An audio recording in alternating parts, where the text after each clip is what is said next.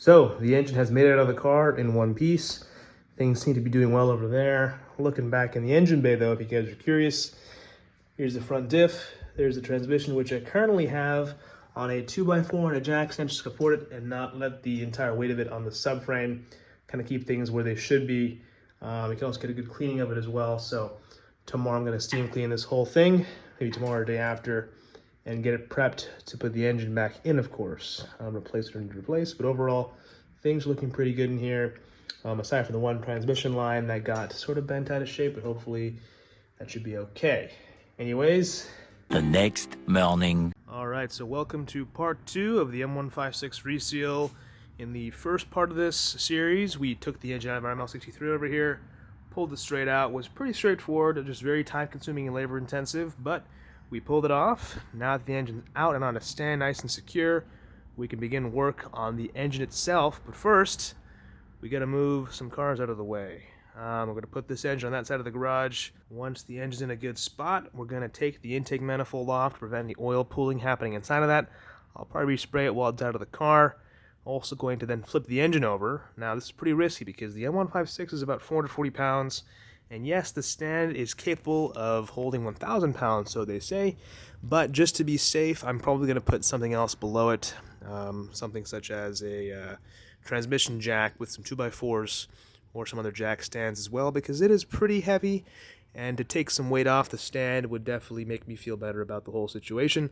So we will be doing that for sure. And then at that point, we will begin the process of removing the bed plate. Now, so the bolts that go through the very bottom of my stand over here are actually connected to the bed plate section of the motor.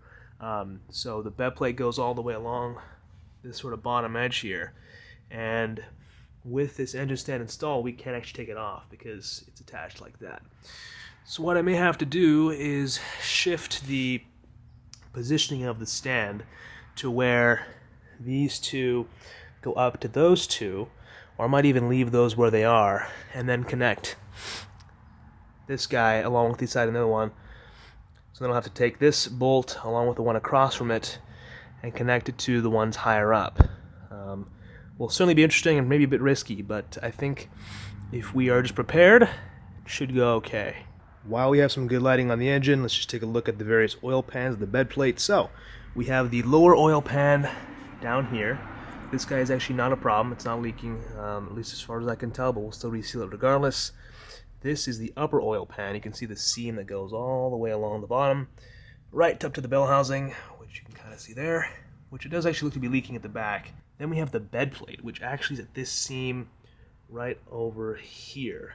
And that goes all the way down to the back of the engine, or the front rather.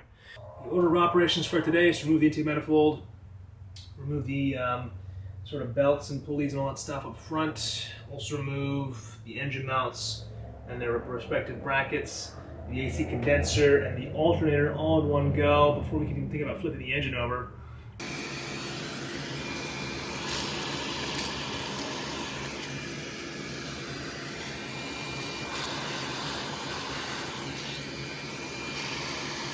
With all the accessories off, it was time to remove the flywheel, which I had my buddies help me do. We had the engine back on the stand, and then we just had basically a breaker bar and just me kind of cranking at it with someone else holding a pry bar at the flywheel to keep it in place. A little bit sketchy, but it worked out just fine.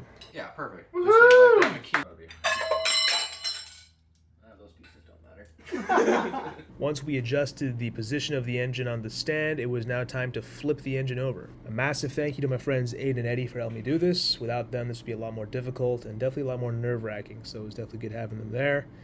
And then once we had it upside down, it was time to get this engine crane back in place and just kind of keep some weight off the stand, just to keep it overnight nice and safe. Well, that was his mission. That was pretty sweet. Well, it's upside down now. Okay guys, the time has come for disassembly of the lower oil pan first. Remove that from the engine itself.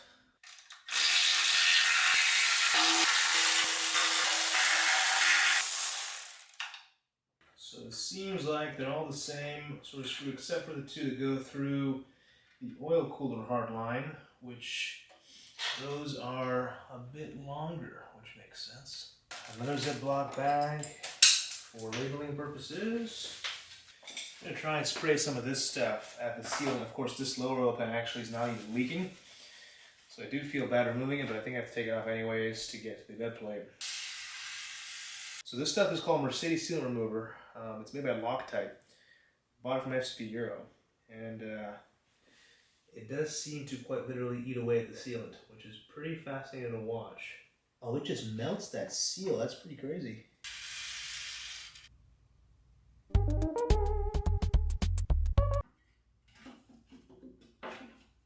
There we go. I then spent quite a long time with a plastic razor blade and that Loctite seal remover to get rid of all the old material on the actual upper oil pan and clean it up pretty nicely to get ready for reinstallation later on. Alright, moving on to the upper oil pan, we have lots of E10 bolts to remove. Looks like there's some that go along the outside of the pan, kind of before the bell housing. Then of course there's some actually in the beyond the lower oil pan, which we can kind of make sense of.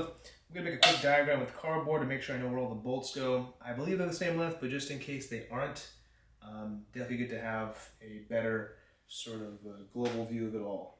Got my handy dandy, very professional diagram over here. We're going to use this to put bolts in as I go, and hopefully this goes pretty smoothly as well. Already got this one kind of loosely out of there.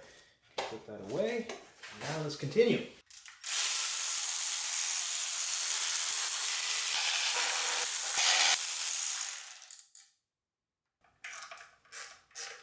So undo these guys. I'd be wearing gloves if I had any, but I'm all out, so. Little clip for the wire, looks like. Looks like there's also a Torx bolt down there. It's still connected down here, that's why it won't come out. And out comes the old oil level sensor. We will not be reusing this guy, but the two little metal posts you see there, those are about 50 bucks each for whatever reason, so definitely don't lose those.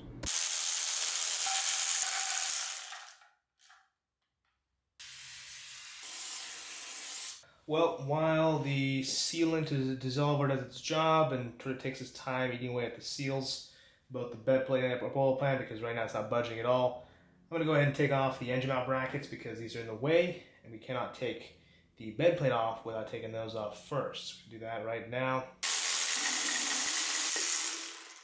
Going to take off the pickup tube to see what is in there because, you know, why not? We're already here. What the hell? Don't know what these are.